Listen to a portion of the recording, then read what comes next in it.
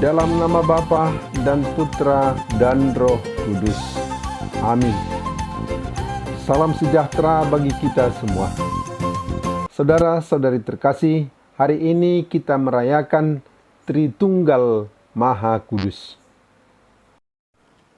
Saudara, salah satu ciri khas dari orang Katolik adalah cara mereka berdoa dengan menandai diri dengan tanda salib.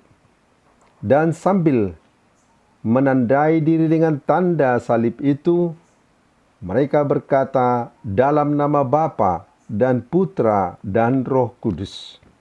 Sangat jelas disebut nama tiga Allah, Bapa, Putra, dan Roh Kudus. Dalam ungkapan syahadat atau iman, kita juga mengakui, aku percaya akan Allah Bapa, pencipta langit dan bumi. Aku percaya akan Yesus Kristus Putranya, Tuhan kita. Aku percaya akan Roh Kudus. Jadi dalam hidup keagamaan seorang Kristen Katolik sangat jelas tiga pribadi itu disebut. Namun walaupun mereka mempunyai tiga pribadi, namun tetap satu. Makanya kita menyebutnya Trinitas. Tiga namun satu. Tritunggal. Bagaimanakah itu terjadi? Hakikat Allah Tritunggal itu merupakan salah satu tuduhan politeis bagi orang Kristen, karena percaya akan Allah lebih dari satu Allah, dan itu adalah suatu kepercayaan politeis, percaya kepada banyak Allah. Walaupun kita orang Kristen berusaha menjelaskan bahwa walaupun tiga diri atau pribadi dari Allah itu, tapi mereka tetap satu, orang tidak akan menerima begitu saja.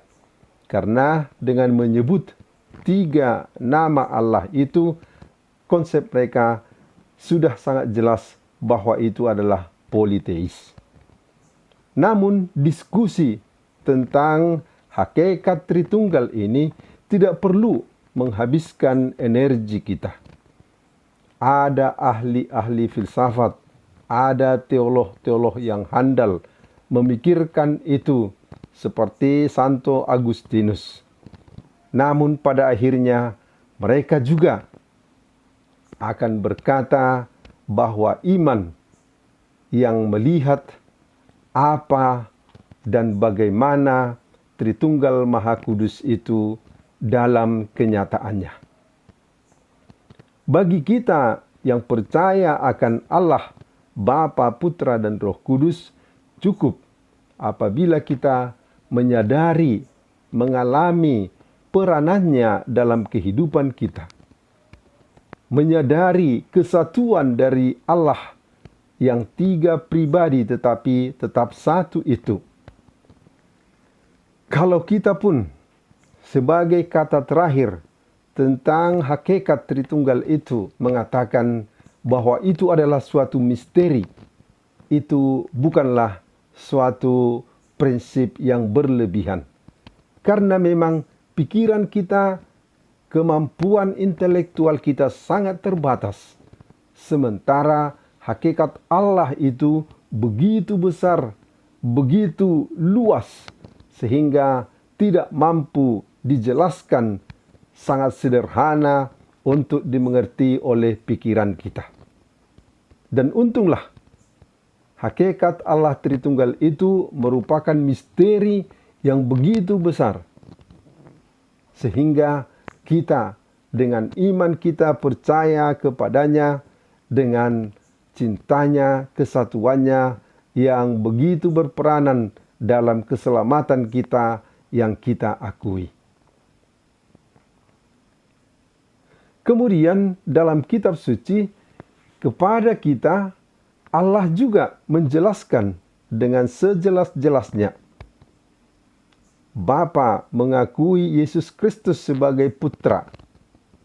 Ketika sesaat sesudah Yesus dipermandikan di Sungai Yordan, dan saat Yesus dipermuliakan di atas gunung yang tinggi, ia berkata, "Inilah putraku yang terkasih, dengarkanlah dia." Dan Yesus sendiri selama hidupnya berkali-kali menjelaskan bahwa Allah itu adalah Bapanya. Bahkan dia berkata, "Apa yang saya lakukan adalah pekerjaan yang berasal dari Bapa. Apa yang saya ajarkan juga yang kuperoleh dari Bapa." Bahkan dia berkata, "Yang melihat aku, melihat Bapa. Aku dan Bapa adalah satu." Begitu juga sebelum naik ke surga, Yesus memperkenalkan, menegaskan peranan dari Allah Roh Kudus. Roh Kudus akan diutus sebagai roh penghibur yang membawa semua yang percaya kepadanya kepada kebenaran. Dan pada akhir, sebelum dia terangkat ke surga, dia juga menugaskan para murid untuk pergi ke seluruh dunia. Baptislah mereka dalam nama Bapa dan Putra dan Roh Kudus. Nama ketiga Allah, tiga pribadi itu sangat jelas. Peranannya juga sangat nyata dalam karya keselamatan kita. Sekarang kita perlu juga bertanya, bagaimana memaknai Hari Raya Tritunggal Maha Kudus dalam kehidupan kita. Pertama-tama, perayaan ini adalah perayaan syukur. Kita bersyukur akan Allah Tritunggal yang begitu mencintai kita. Yohanes menyimpulkan dalam Injilnya ketika dia berkata, "Begitu besar kasih Allah akan dunia ini, sehingga dia mengutus putranya yang tunggal, supaya setiap orang yang percaya kepadanya tidak binasa, melainkan beroleh hidup yang kekal." Kemudian kita juga menyadari kesatuan yang begitu indah dari ketiga pribadi Allah ini. Kekompakan, kesolidan yang begitu erat. Inilah model dari segala kesatuan yang ada. Maka puncak dari segala kesatuan terdapat dalam kesatuan yang maha indah dalam Tritunggal Maha Kudus. Ini menjadi model bagi kita dalam persatuan-persatuan, perkumpulan-perkumpulan, terutama dalam keluarga kita masing-masing. Kesatuan antara ayah dan ibu, anak-anak dalam satu keluarga, yang bisa merasakan indahnya hidup dalam satu keluarga apabila dipersatukan dalam kesatuan sebagaimana kesatuan Allah Tritunggal. Dan seterusnya kita juga menyadari bahwa persatuan itu didasari dengan kasih. Allah itu adalah kasih. Dan kasih itu begitu besar di antara Allah itu sehingga membuat mereka adalah satu, tak terpisahkan.